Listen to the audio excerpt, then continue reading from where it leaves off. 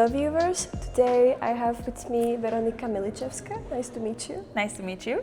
And her movie Child of Dust is screened in Ji.hlava and is also part of Ji.hlava online. I'm very, very happy to meet you, Weronika. I'm so happy to meet you too. Thank you for being there today with us. I must say your movie is quite something. You are Polish and your protagonist is American Vietnamese. How did you find him? I lived in both places. I lived in the US, I lived in Vietnam. I made a film there before, and while doing that, I met Amerasians there. I interviewed numerous Amerasians, which means actually Amerasians, they call themselves Buidoi, children of dust. The dust that no matter how much you're gonna sweep their cause under the carpet, they will always remain in the corners of the room. And this is how they feel. They were always living on the margins of society. These are they call themselves like unwanted product of the war. American soldiers serving in Vietnam, having them with the local women, they were always discriminated and marginalized. They had no education. And all of them, when I was talking to them, they were crying about their absent father. And I asked them, they were middle-aged and still having this extremely huge emotional impact. 50 years after the war ended, they still are very emotional. And I asked, why? This father figure, he made your life miserable. Why are you making him ideal and romanticize about him? And then I've learned that in Vietnam, the father figure is the one responsible for giving identity to a person. So without having a father figure, you don't have identity, you are nobody. So for them to take their own place in the family life, in the tree of their family, or in the society is just the same thing. To meet the father, it means to become oneself again. And this is why for my character, Sang, who is a representative voice of possibly 500,000 people like him, torn between two countries, torn between non-existence and existence, for him it was his life mission to meet his father and to be accepted as a human being for the first time. How long did the filming take? It took us 8 years, so we became like a family. The trust that we built on both sides with Sang and his American family, it was, we were part of his most difficult moments, decisions in his life that can never be taken back.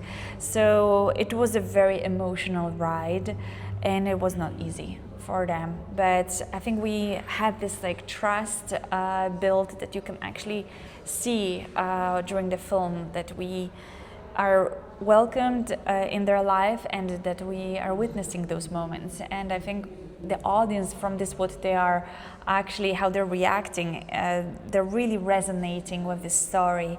So it's no longer a story of Amerasian from Vietnam going to America. It's no longer about nationalities, but I think it is a very universal story of searching your own belonging, of defining yourself. It's about the absent father and changing the patriarchal schemes. So definitely it's about being a man, because there's a lot of emotional aspects and a lot of crying.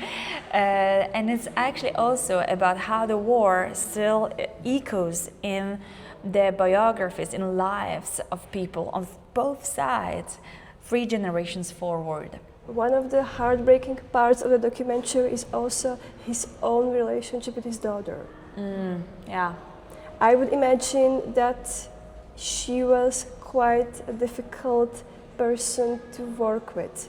Mm-hmm. Was that your experience with her? Yes, because she wanted to be out of it in this situation, and that was the only boundary that Sang set on us as filmmakers. He said, I don't want to go too deep into her story. This is what he allowed us to, and it's totally fine with him. But in the film, he's mentioning that it was drugs that took her away, and then she became the absent parent. But it was more than that. She was actually repeating the fate of his own mother, which is her grandfather, and this is the mother of Sang, who created him. She went into prostitution and drugs were the outcome of that. So Sang didn't want to go too deep into this. He didn't want to call it this way, but he acknowledged it. So that's why she could heal from the drugs so easily, in a sense. And that falls into place, you know, every puzzle falls into place when Sang decides to cut the vicious circle of repeated traumas. Because he's Buddhist, he believes in karma, so he can see the patterns that are repeated in the family. And he decided, I'm gonna go against my culture. I'm gonna go against the belief of karma. I'm gonna heal it. I'm gonna change it. So it was a little bit different. And then once he starts doing it, then the daughter comes back and takes her role as a mother for the kid. So that was the outcome of this deed, in a sense, you know, that it's beautiful that every decision we make has a consequence outside. Let's talk about America a little bit. It is mentioned in the film that he is able to travel because of the visa program for Amerasians born in Vietnam with American fathers. Right now we are in 2025. Things have changed. Yes. Is this still in place? Can people still do this? No.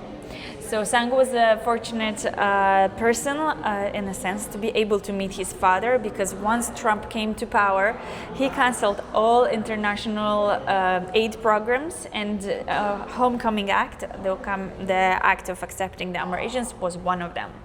So there were cases of people selling their whole life, house or whatever, being at the airport with one backpack and trying to meet their relative in the US, and they received the call, cancelled, and they were stuck there.